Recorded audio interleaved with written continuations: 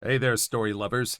Welcome to our weekly compilation, the ultimate destination for captivating and mind-bending stories. Stay tuned, stay amazed, and get ready. First responders, what is the worst injury you've seen that was caused by the stupidest and most easy to avoid event? Story 1. A theater was being renovated. The theater was designed for a specific show, and that show left after something like a 15-year run. One of the design quirks of the theater was a concrete basement underneath the stage, where machinery would push up some pretty impressive set changes from below. This means the stage had giant open holes in it after all that machinery and stuff was cleared out of the basement. The holes in the stage opened up to a 30-foot drop with bare concrete beneath. The crew who was tearing down the stuff on the stage took some precautions to make sure nobody fell into those holes. They put plywood over the holes and set up caution cones all around them. When they finished tearing down all the stuff on the stage, the last things remaining were those cones and plywood. Someone picked up all the cones, and it was our future patient's job to pick up the plywood. These were long sheets of plywood, too big to just throw over his shoulder. So he just picked up one side of the plywood sheet and started walking forward, pushing it along the stage floor. He never even saw the hole he fell through, because the plywood he was pushing blocked his view of his own feet. He fell 30 feet and tumbled on the way down, landing directly only with his outstretched hands. He had multiple nasty compound fractures in both arms. Luckily, the shattering bones of his arms broke a lot of the momentum, so when his head smashed into the concrete, it wasn't enough to unalive him. It knocked him unconscious and knocked out all the teeth on one side of his head. It also crushed and dislocated his jaw. The radial ulnar fractures were the worst. His hands just hung limply, with gore everywhere, and his bones clearly exposed on both forearms. He woke up while we were preparing him for ambulance transport. He mumbled something to us, but his speech was garbled and fracked, mostly due to his injury, but also due to the spinal immobilization we put on him, which tucks underneath the chin. He kept mumbling, "Maha, maha-hu."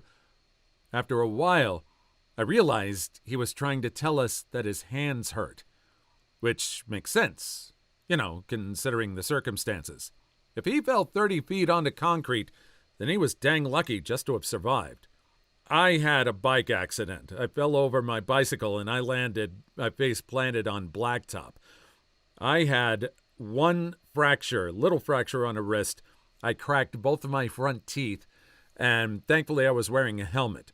I find myself lucky that I did not experience near the trauma and pain this person went through. Story 2. I was a firefighter, and we were called to a vehicle fire at midnight in a rural area. We got there, and sure enough, there was a pickup truck fully engulfed. This wasn't the usual engine compartment fire. The whole truck was roaring. I was the nozzle man at the time on my engine, which meant my job was to be the guy spraying water on the fire.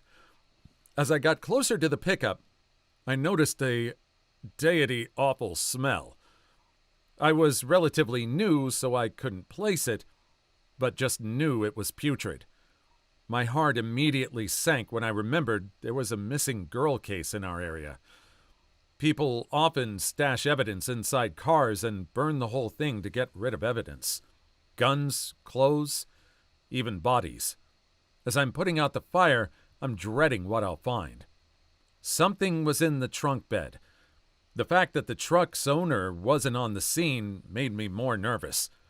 Fast forward, and the fire's out. Turns out, the truck bed was filled with dozens of pumpkins. Thankfully, no bodies, but we had no idea where the driver was.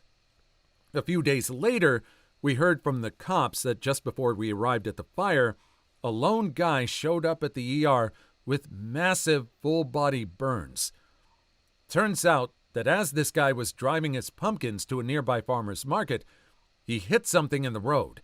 His gas gauge went empty, and he smelled gas coming from his truck. The hero of this story crawled under his truck to assess the damage and used the only light source he had, a Bic lighter. Someone saw the fire and drove him to the ER. Some separate passerby was the only one who actually called in the fire. Too long didn't read? If you think you have a gas leak, don't use a lighter as your light source. Considering this is October, this is probably the most apropos story of this. I can imagine that this person who was driving had his hands full with a guy who had severe burns and probably couldn't really risk talking on the phone to the police and driving this person to the hospital at the same time. I'm pretty sure this guy did the right thing and concentrated on getting this burn victim treatment as soon as possible. Very brave of him. Story 3. I'm a cop. About 4:45 in the morning, we got a call of a burglary in progress. Now, we get off at 6:30 and have a whole night of paper right before we go home. So we weren't exactly stoked to do this. Anyways, I get there first, and the 2 occupants come running out and say a dude was trying to break in and smash a window to do it, so they ran. I'm thinking active burglary is in process, so I get my buddy rolling code 3 in case this turns sideways. We get the house surrounded and decided we would frack it, and we got to approach somehow. We look through the fence and see what looks like a person laying on the ground. We make entry into the backyard, and sure enough, there's a person laying on the ground right by the rear door. Only now, we can also see shattered glass and a massive amount of blood. We push into the backyard, and the guy is clearly gone. Medics on scene confirmed it. After further inspection, we realized that this clown broke the window and sliced his arm deep, right where your bicep meets your forearm. He then walked from that location to the rear door and tried to enter there for a long time by how much blood was pooled on the ground and on the door. He ended up passing away face up, spread eagle right by the door. The homeowners had no idea who he was. I ended up going home before the whole thing was wrapped up, and I never got confirmation on anything. But our best guess was this knucklehead was so high on Walter White crystals, he thought that this house was his, and ended up smashing the window trying to get in when he couldn't open the door, cut himself, and just passed away. I'm a cop. Scatter!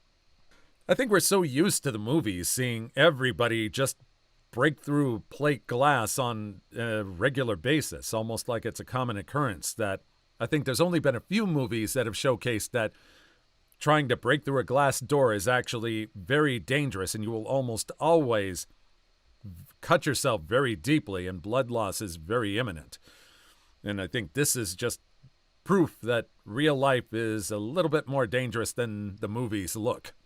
Story 4. 25 years in the fire service. Pick one. A. Dropping your hard rock pipe into your bed and burning off all your skin and a lot of flesh. B. Getting drunk and hitting a tree sideways with your Grand Cherokee so hard that the frame rails met on the other side. Oh, and not being identified for 4 days because all you had was a fake ID. C. Stopping your car on the side of I-95 to pee at 2 a.m., getting out on the traffic side, and getting waffled by a truck. Seriously, fracking drunk drivers. Nothing beats getting out of bed at 1 a.m., spending 5 hours watching the statutes do their investigation, then going to work on 2 hours sleep. Here's one from within the last year that I didn't have to deal with directly. Some butthole walked into traffic for a self-unaliving at 5 a.m. on 95 in Greenwich, Connecticut. Got himself flattened, but the trucker didn't notice, and traffic kept running him over until 9. I went over the smear around 6:30 and noticed the clothes everywhere. 4 hours of the New York City commuter rush hour drove over that guy's carcass. Story 5. There was an SUV full of teenagers driving down the highway in busy traffic. They're driving pretty aggressively. They try to pass a truck, but the truck is towing a trailer and can't slow down quickly enough to let them pass before oncoming traffic gets close. So they slow down and try to make a second pass. The 15-year-old in the back seat decides to pull his pants down and hang his butt out and moon the other car. Once they passed, they overcorrected and rolled. The kid doing the mooning was ejected and left half his brains and his left arm in a 75-foot line down the middle of the highway. I didn't invent the phrase meat crayon for road accidents, but this was the first in this thread that reminded me of it. It's grim as frack. What's the worst case of oversharing you've experienced on social media? Story 1. She and her husband married at 18 and 19 years old. She is from Canada, he's from the Bahamas. They met online through a mutual friend. They dated online for about 6 years before the marriage, but only really saw each other a couple of times before tying the knot. The whole time they dated, she posted over and over on the hour how in love she was. Meanwhile, he was never online. After they graduated and married, she moved in with him in the Bahamas and deleted every person from Canada on her Facebook. They were together for a year, and she started vague booking. No more lovely statuses about how happy they were. Then in August, she re-added her Canadian pals. Her timeline was nothing but vague, depressing posts and memes about being faithful, being a good wife/husband, true love, a strong marriage, babies, heaven, and God. Then, stuff got real. She came back to Canada at the end of August. Every single day was a long post about hating her husband, calling him a filthy, lying piece of dirt, saying she isn't divorced, but she's separated. Every day was like the page of an angry teen's diary because that's pretty much what it was. She only just turned 21 when this all happened. So then she starts posting about her miscarriage. I knew she was baby crazy, but she got unreal with it. Multiple statuses a week talking to her unalive fetus, calling it by name, and the same number of statuses written speaking to her unalive aunt, telling her to take good care of her baby.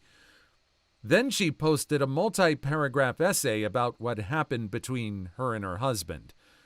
What I gathered was she has undiagnosed mental health issues. She saw a counselor who advised her to see a doctor about medication. She has many physical health problems that doctors don't help her with. She says she shouldn't have gotten married. He hit her dog. Now she was a drama queen since she was very young, so I wasn't sure he actually hit her dog or if her issues were coming between them and she wanted out or both. So now, Phase 3. Things get bat guano insane. She's still in Canada. Facebook is filled with heartfelt apologies and the rantings of a mad woman going on about life and God and her unalive fetus and her mistakes and his mistakes, and she starts getting more baby crazy. Eventually, she realizes that she will never have her baby without a partner. Instead of finding someone more suiting and actually divorcing him, she gets back with him. You read it right. After ruining his reputation more than it already was by being with her, she took him back. In December, they were officially back together, and he came to Canada for Christmas. In fact, he came back again, and they're here together now. She lives with her parents, and honestly, I pity what her parents must hear. All of this and much more comes from her Facebook. I think if anybody had read this and realized all this was coming from a celebrity, we would all probably be laughing or joking or eating up the details.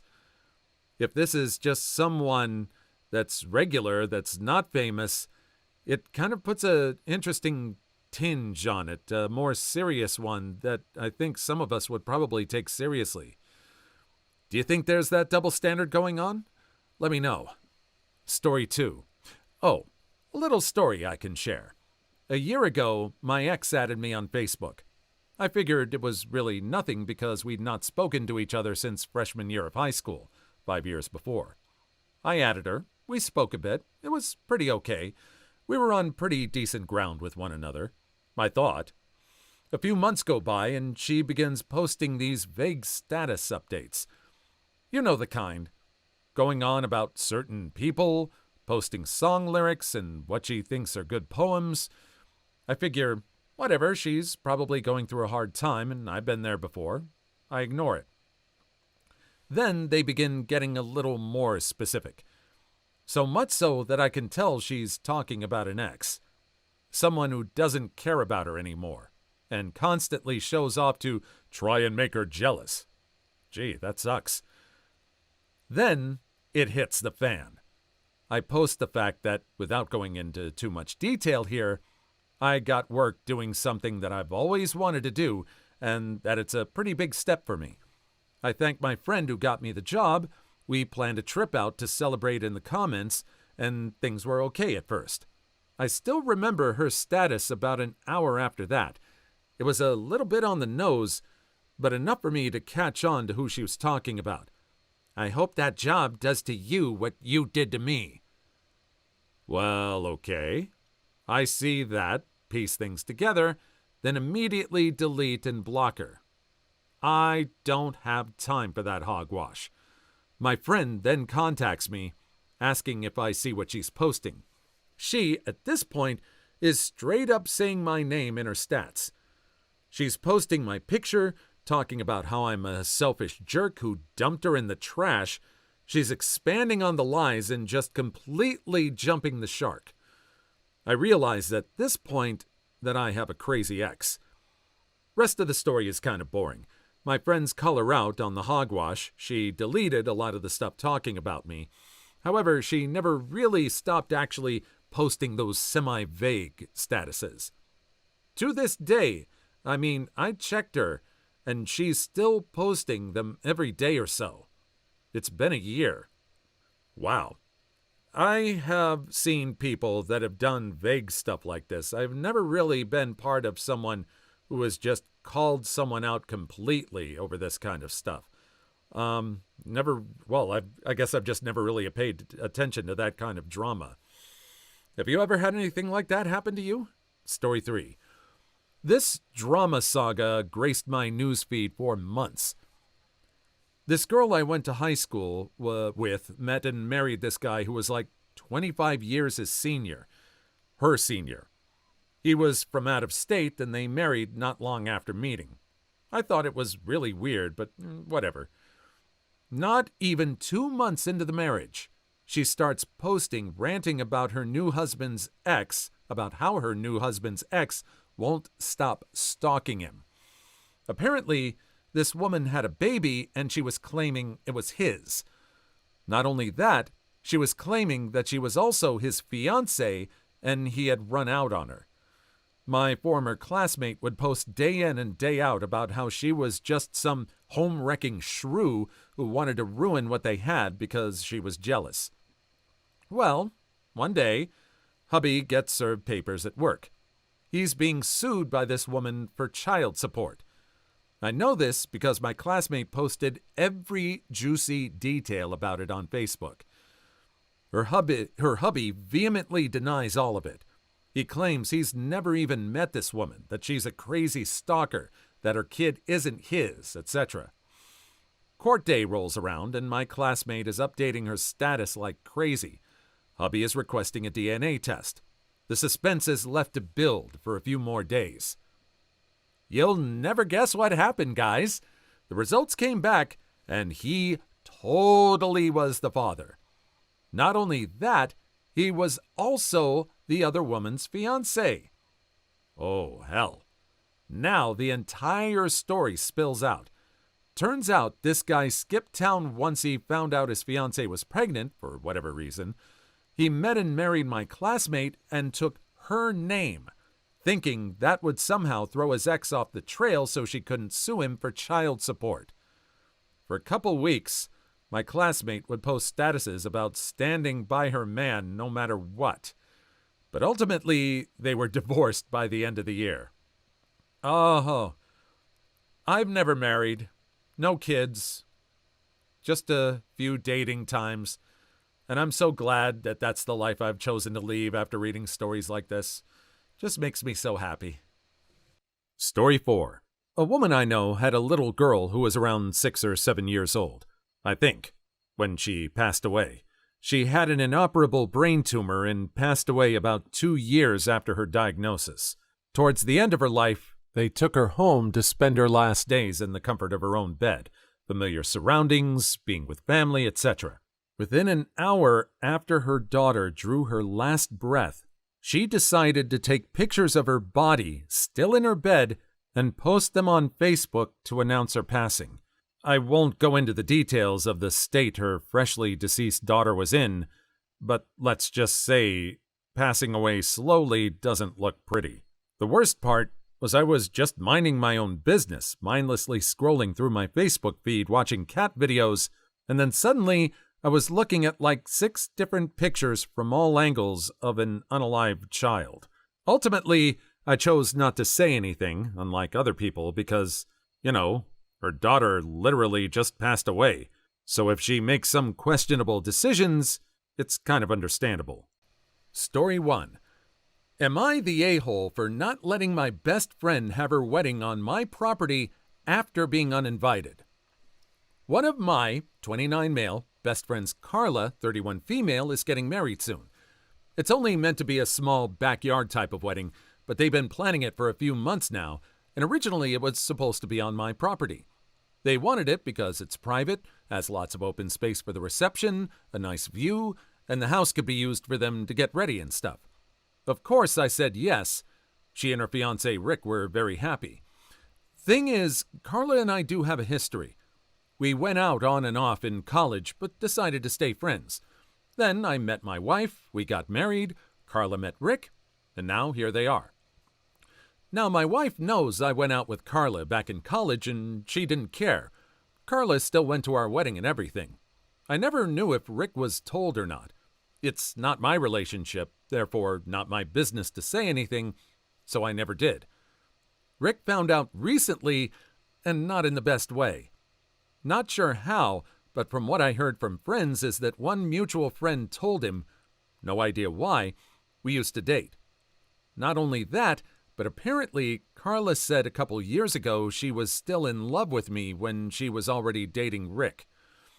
Don't have actual confirmation if that's exactly what he was told. All Carla's told me is that Rick was told about our past, and he's angry at her for never saying anything.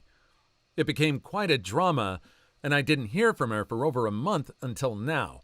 She told me they're going to couples counseling and that the wedding is still on. But Rick requested that I not attend. It sucks, but I totally get why he wouldn't be comfortable. Then I asked the obvious question. Where are they going to hold the wedding then? To my surprise, she said they still want it at our place. Rick said so too, and in my mind, I'm going, he doesn't want the guy who dated his fiancée years ago at the wedding, but still wants the wedding at his house. My wife and I are expected to just not be at our home that weekend.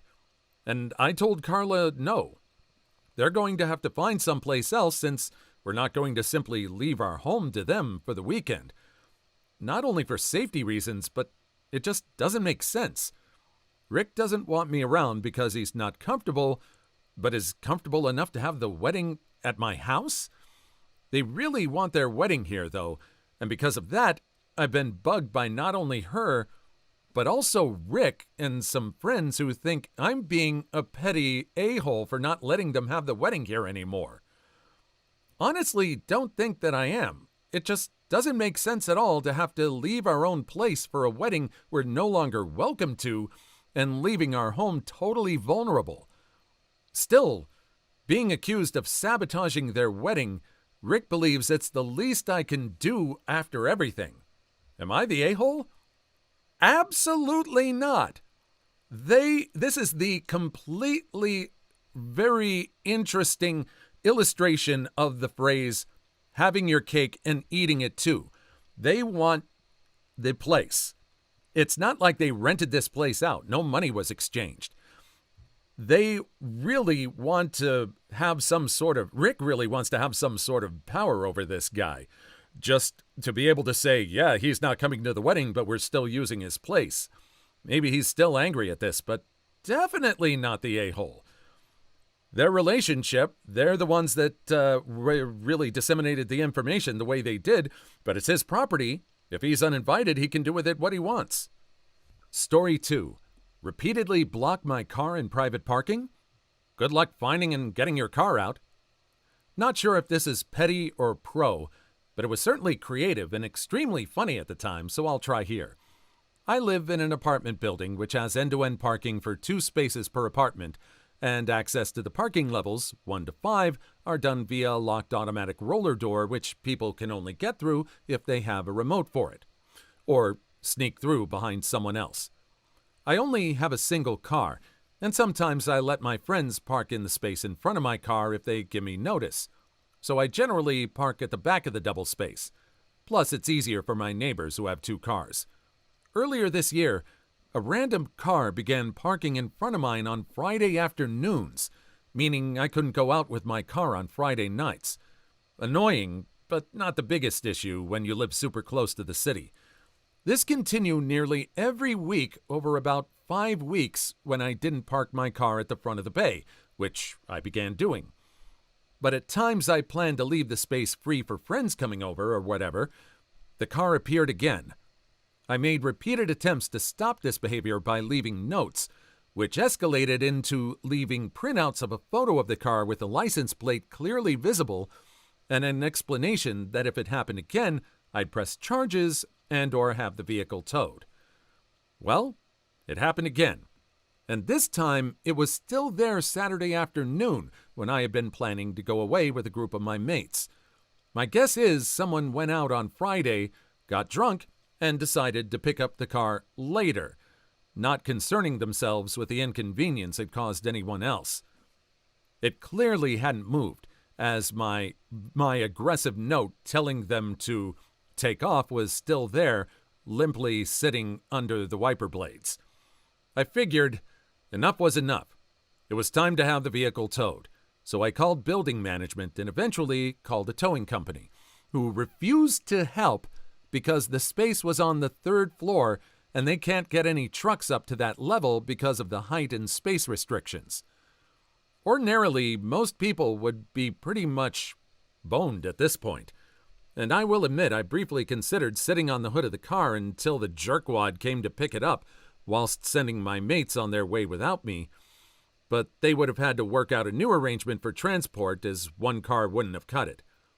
Fortunately for me, however, my parents only live 30 minutes away and have a garage where I work on one of my cars that's at the tail end of a minor restoration. One of the things I use pretty often is a set of vehicle positioning jacks to jam my project car right up against the wall of the garage to minimize the space it takes up. For anyone that doesn't know, vehicle positioning jacks are basically devices that slot under each wheel, then lift the car up on hydraulics so you can freewheel it in any direction. Whilst I hadn't originally gone to retrieve them, when I had to take my project car off them, a bright idea came to my head. None of my mates minded spending an extra hour to mess someone over that had interfered with us, so we grabbed the jacks and went back, propped the car up, and wheeled it out. 6 guys can easily move around a small hatchback, so we pushed across the level slowly and carefully to an area where there isn't parking, but is a load-supporting pillar with space enough for a car behind it, in a little section of the garage where it isn't lit and is completely out of the way. Typically, there's a guy on my level that parks a motorbike there, but he isn't meant to, and I doubted he minded. We dumped it between the pillar and the wall, and the nose pointed toward the wall. I took back my angry note, the jacks, and we left to enjoy our weekend. When he came back Monday afternoon after the long weekend, the car was still there, which was no real surprise considering there was only about a foot of space for movement between the pillar and the car, and another foot or so between the car and the wall. From the fact the front wheels had changed, we're guessing they did try to get it out, unsuccessfully. It eventually went later in the week, though I'm not exactly sure how they managed it. I never saw that car again. Too long didn't read? Jerkwad repeatedly blocked my car by illegally parking in my private space, including over a long weekend when I had plans to go away with a group of mates. We used vehicle positioning jacks to move the car and place it between a pillar and a wall, making it extremely hard to get out from a secluded, dark, and out-of-the-way corner of the parking level where most people wouldn't have thought to look. Info edit. For anyone who doesn't understand how parking in my building works, it's like this. 2 cars spaces per apartment, but 1 car goes in front of the other. Hope that clears up why I couldn't just move my car out and leave it where it was. I would say kind of a little less enthusiastically, not the a-hole. This guy went through all the proper channels, didn't get help, and I'm thinking that these towing companies probably should have known about these vehicle positioning jacks. They probably could have gotten some extra help, and it was possible to move the car. This guy proved it, and I think he just showed a little bit of dominance here. Yeah, I don't think he's the a-hole. Story 1.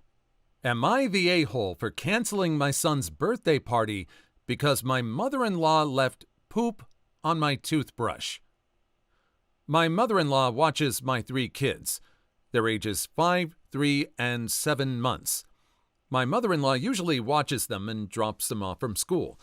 The kids are battling a stomach virus, so everyone was home on Monday. The little one had a poop explosion, so my mother-in-law washed her butt in our bathroom sink.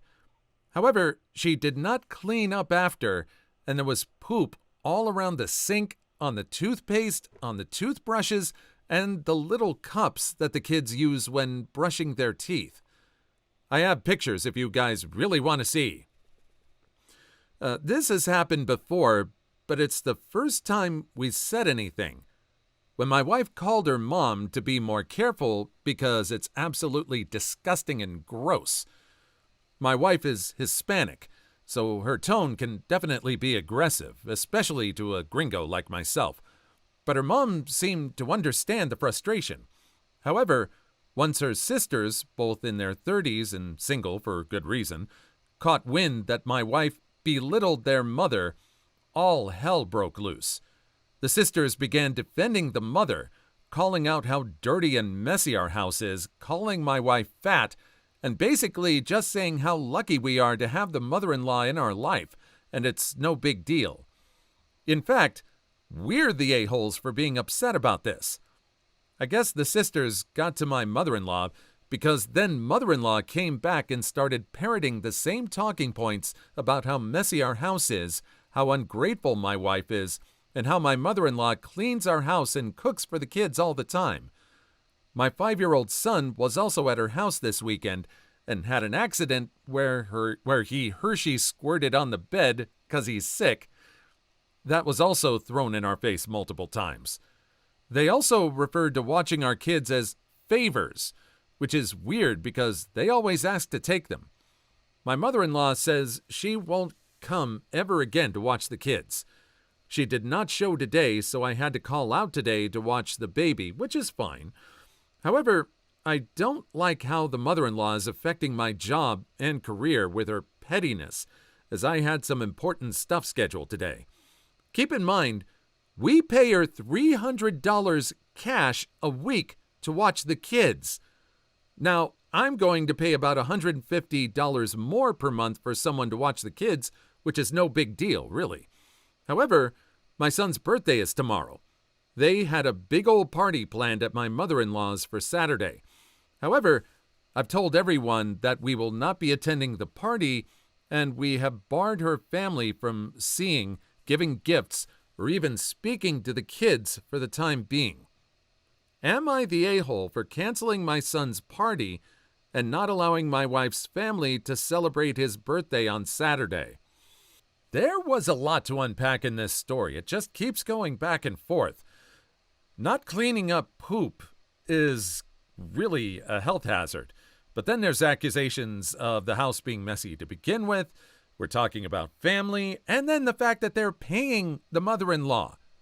It's just really all this drama. And because of all this, because this is so close to the son's birthday, you're kind of being the a-hole. You're kind of punishing the son for all this family drama you're going back and forth on. I think it would be best to really grin and bear this birthday party and then afterwards deal with the family how you want, or restrict contact if you feel it's that dangerous. I mean, unless they're doing something really unhealthy, grin and bear it. Story 2. A barmaid laughed at my drink order. I was on holiday with my son, 14, and we were watching football in a bar in the evening. I don't really drink, but do enjoy a cocktail while on holiday. The server came by and asked if we wanted drinks. I asked for a pina colada, and she snickered a little at the order and kind of laughed out an okay, and then walked off to make it. This annoyed me a little. I'm just a grown man wanting to drink a tasty cocktail. What's wrong with that? When she brought the drink back, I got my petty revenge. As she was placing the drink on the table, I said, "My mom loved these, God rest her. I always have one on the anniversary of her passing to remember her." She looked horrified and tried to shuffle off quickly, so I asked her for a cocktail stirrer, so she had to come back again. When she came back, I took a sip from the straw, kissed my hand, and pointed to the sky, trying to look sad. She was so visibly uncomfortable I had to stifle my own laughs. She noticeably avoided our table multiple times after this. This is small. Not the a-hole, I don't think. It's not like he went full Karen and complained to a manager and tried to get comped or anything. Just kind of a prank. I think it was kind of an appropriate little petty revenge. Not bad. Story 3. Entitled Dad breaks my leg because I continuously blocked his son from scoring. We had a volleyball tournament. For reference, I'm a middle blocker, 6'5" and vert of 70 centimeters. Game starts and everything goes good. Eventually, the entitled Dad's kid gets subbed in because his team wasn't scoring. And apparently, he's a star player. I blocked every hit he went for, and his dad started to get visibly angry, starting to shout at me and stuff as well. After the game ended, we won, and I blocked nearly every shot from this guy.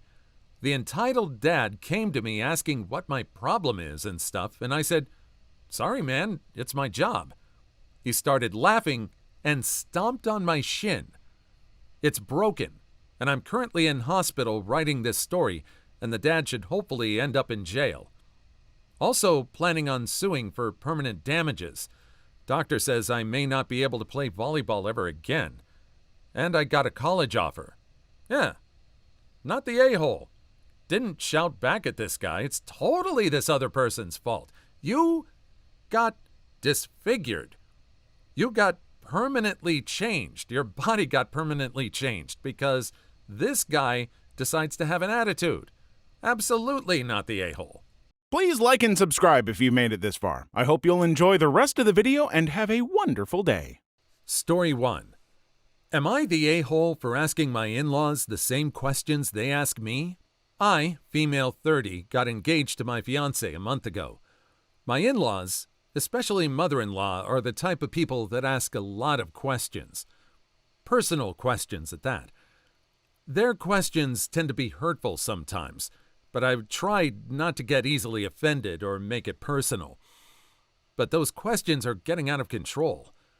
Instead of lashing out and being rude, I've decided to answer these questions by turning it back on my in-laws and asking them the same questions they ask me. For example, whenever my fiancé and I are visiting, my sister-in-law would ask, "Hey, when are you going to lose those pounds?" I go, "When are you going to lose those pounds? You've put on a lot of weight recently," while pointing at her, eyes wide open. She'd then get easily offended. Father-in-law would ask, "When are you going to get your own house?" I go, "When are you going to get your own house? Aren't you 73 and still paying rent for your house?" They live in a rental house. He gets highly offended. Brother-in-law would ask, "When are you going to get married?" I go, "When are you going to get married? You don't even have a girlfriend yet."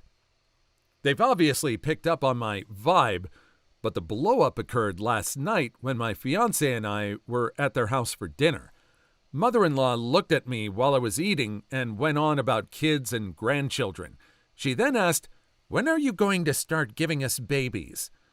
My fiancé looked at me in an "oh boy" type of way. I felt no hesitation.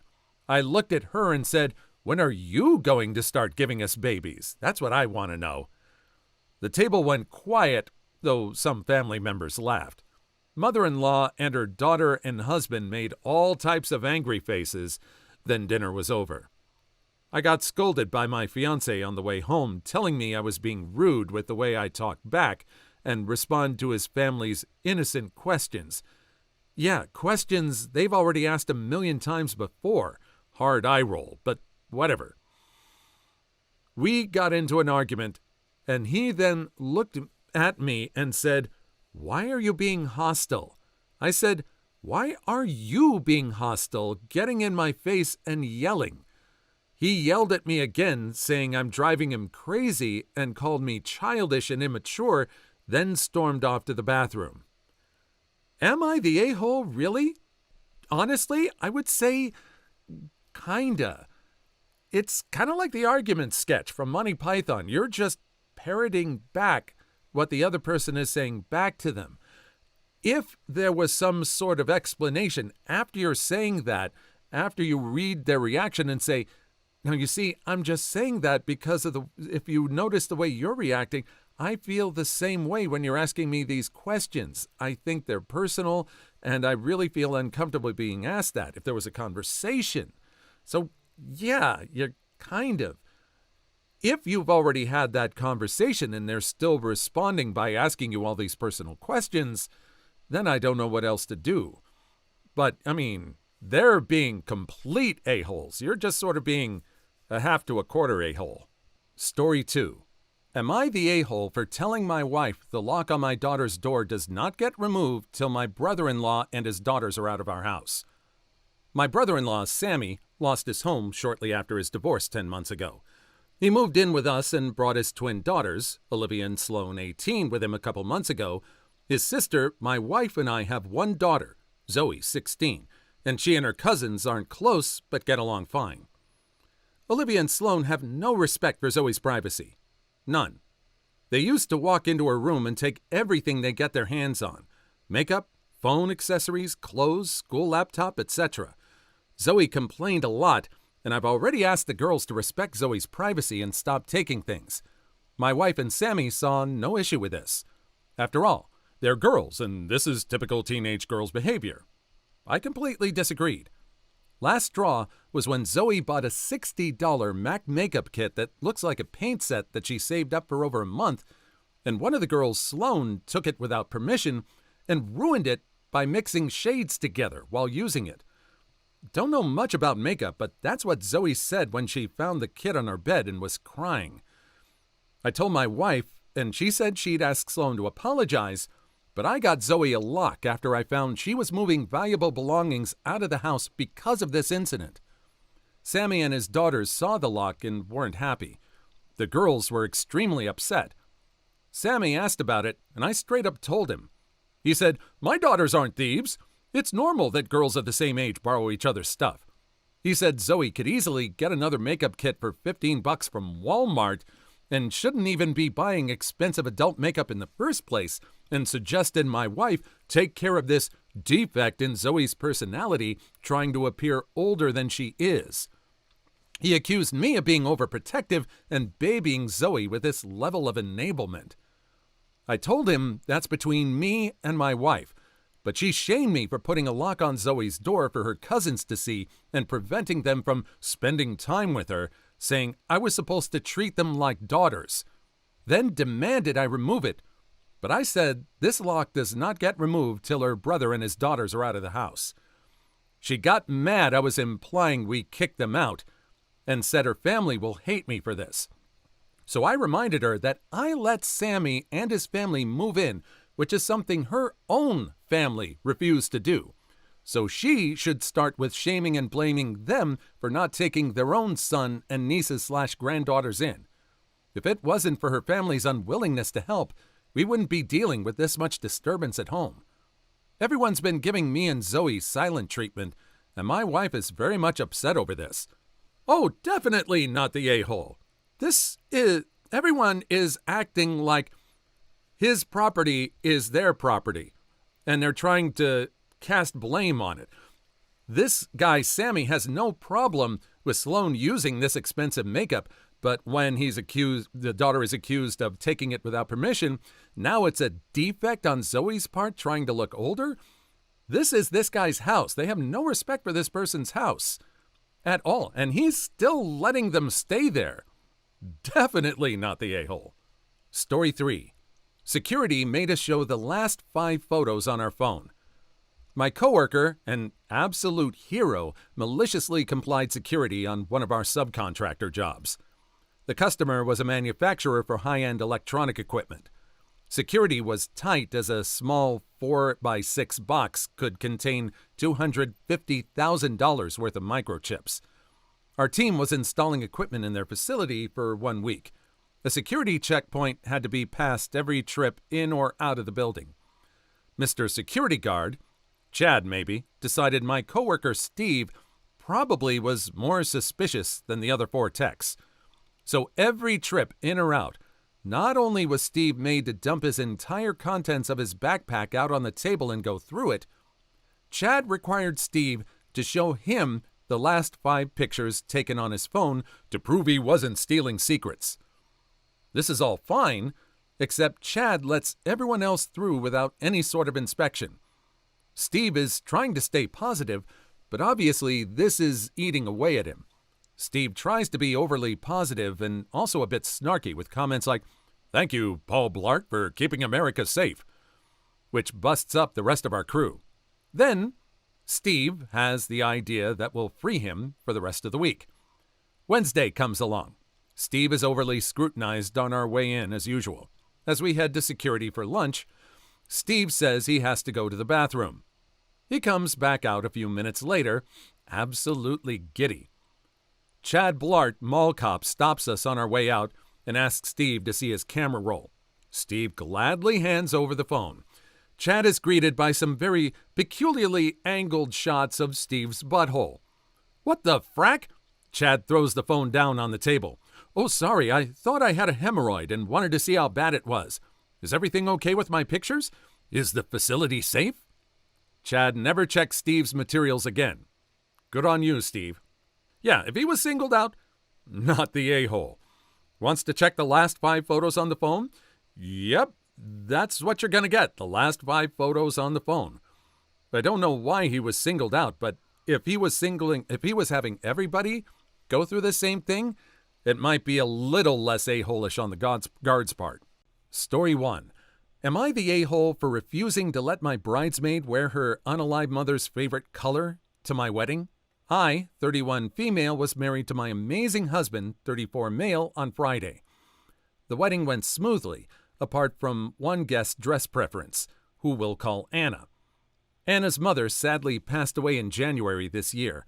Her mother was the light of her life, and ever since she passed, Anna has been understandably uptight and distant. I've helped Anna throughout her entire grieving time. We had been planning this wedding since December and decided we wanted an ocean-themed wedding. My family and I grew up on the seaside and have always been close to the ocean. I made it extremely clear to all my bridesmaids that they were to wear blue, a coral pink color, or pastel green. Everyone agreed and seemed to love my choices. Anna's mother always loved the color dark, vibrant purple. Ever since then, Anna would buy everything purple if there was a purple choice. Anna and I went for lunch a few weeks after the passing to catch up and support her. At lunch, Anna asked me if she could please wear a purple dress to my wedding. I'm not crazy about themes usually, but since this wedding was themed to support my family's tradition, and considering my maid of honor was already going to be wearing a gorgeous pastel blue dress with purple and gold accents, me and my husband, who I decided to call and discuss the idea with him, politely told her that we understand what she's going through, but we really want bridesmaids on theme. To this, she looked hurt and left lunch earlier than expected. I hardly heard from Anna until around 4 weeks after our lunch, despite my attempts at texting, phoning, and even knocking on her door, but she'd continued to shut me off. That was until she texted me, "What do you think of these dresses?" and displayed many different purple dresses and photos. I kindly reminded Anna that she wouldn't be wearing a purple dress to my wedding. Anna was enraged. I tried to tell her that I understand her feelings, but my wedding is my own special day. To this, she blocked me. Anna unblocked me 2 days later, apologizing for the way she acted. Well, when the wedding rolled around, Anna showed up in a purple dress. I asked her why she had gone against my wishes and that she either had to change or leave. To this, she told me to stop creating a scene and that I was being dramatic and disrespectful. Anna broke out in a screaming match and called me and my family insensitive, selfish mongrels. She was escorted out the door screaming. Once the wedding had ended, I received messages from Anna's family, friends, and even Anna. They were all saying how Anna was going through a lot and that I was being an a-hole. So am I the a-hole for not just letting Anna wear the damn purple dress? No.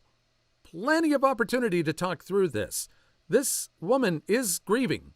Definitely. She has many other ways to fulfill this purple passion.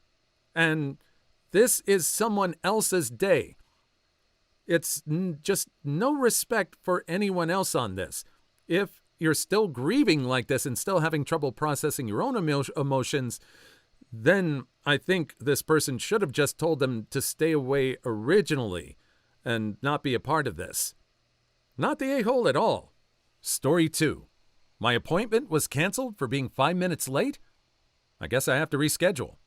This happened about 4 years ago when I got a summer job at my university. The job was working for professors that I had worked with before, and they asked me last minute to teach a summer workshop to 9th and 10th graders. So with less than 2 weeks before the camp starts, I have a bunch of paperwork to do first, including clearances that say I can work with kids. One of these is an official FBI check for which they need my fingerprints.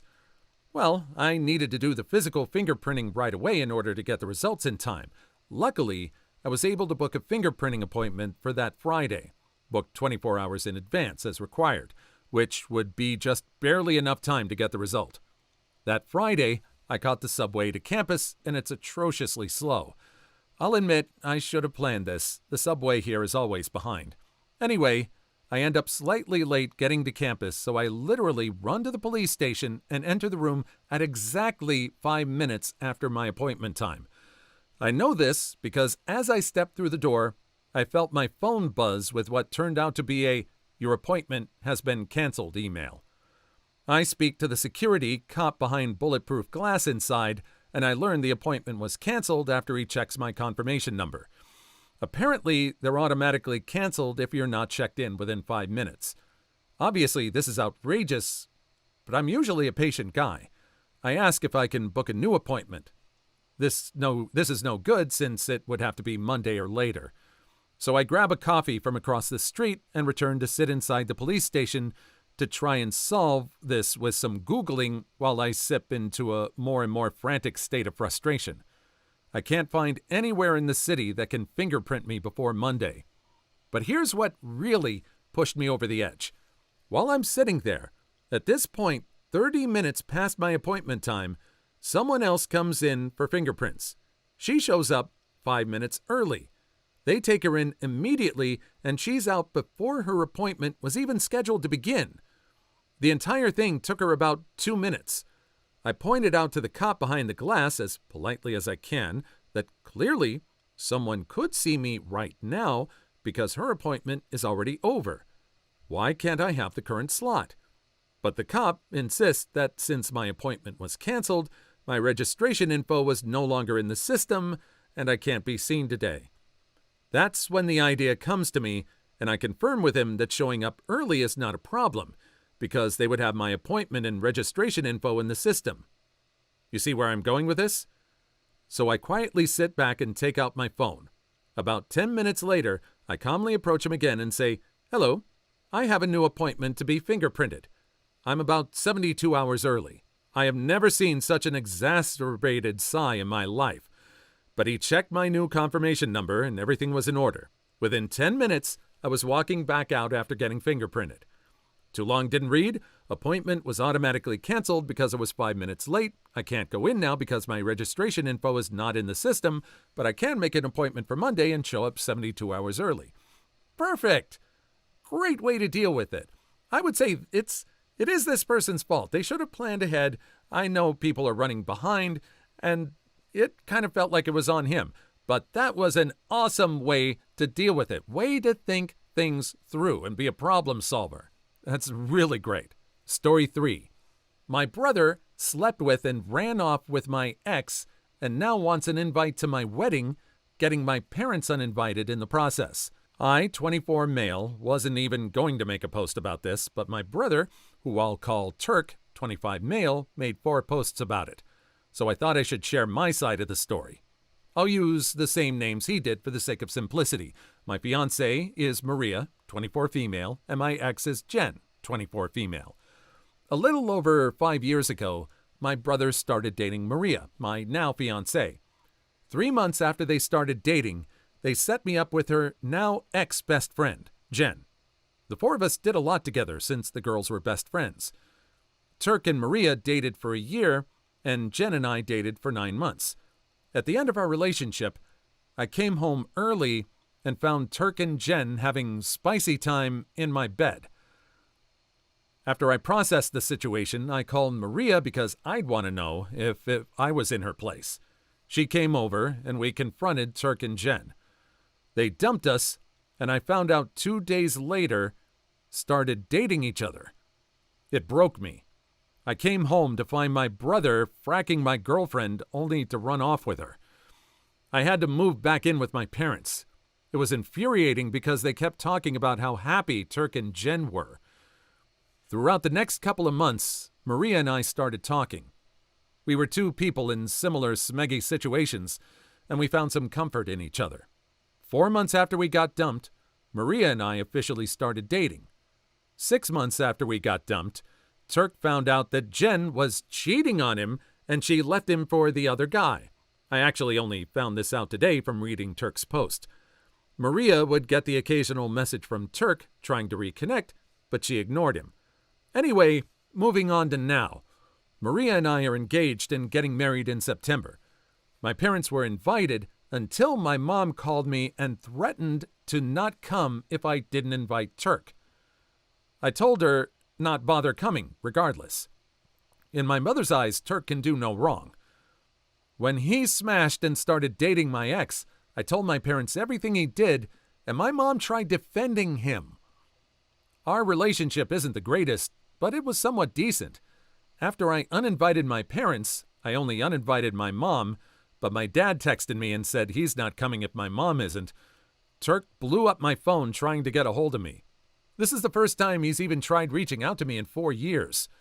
Like I said before, Turk posted about this situation here online as well as apparently my parents told him that Maria and I were getting married, and that started this whole thing of them getting uninvited. He's stopped calling me, but he's blowing up my phone with texts begging me to reinvite my parents and possibly give him an invite. So yeah, I just wanted to get my side out there. No, your wedding, your rules. Seems like you've been really calm about this whole thing. I can imagine if you didn't want somebody there, if you're still kind of holding that grudge. But the way they're all talking like they are owed an invite to the wedding, it just feels very entitled. And like you said, if you didn't have the best relationship, maybe you're just better off not having them show up at all.